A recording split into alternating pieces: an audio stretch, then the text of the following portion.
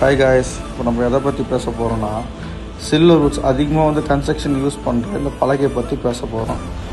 இது வந்து பார்த்திங்கன்னா மலைங்கள்லையும் கேரளா மேட்டுப்பாளையம் அந்த மாதிரி இடத்துல வந்து பார்த்திங்கன்னா காப்பி எஸ்டேட்லாம் இருக்குது.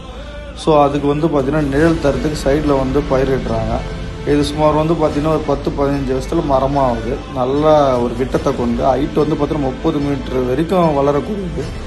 இது ஏன் அதிகமாக நம்ம சென்ட்ரிங் யூஸ் பண்ணுறோன்னா, சென்ட்ரிங் பலகையா லைட் வெயிட்டாக இருக்கிறதுனாலையும், ஆனால் திக்னஸ் நல்லா கனம் நல்ல குவாலிட்டி இருக்கும். ஸோ அதனால் நம்ம அதிகமாக நம்ம சென்ட்ரிங் பர்பஸ்க்கு யூஸ் பண்ணுறோம்.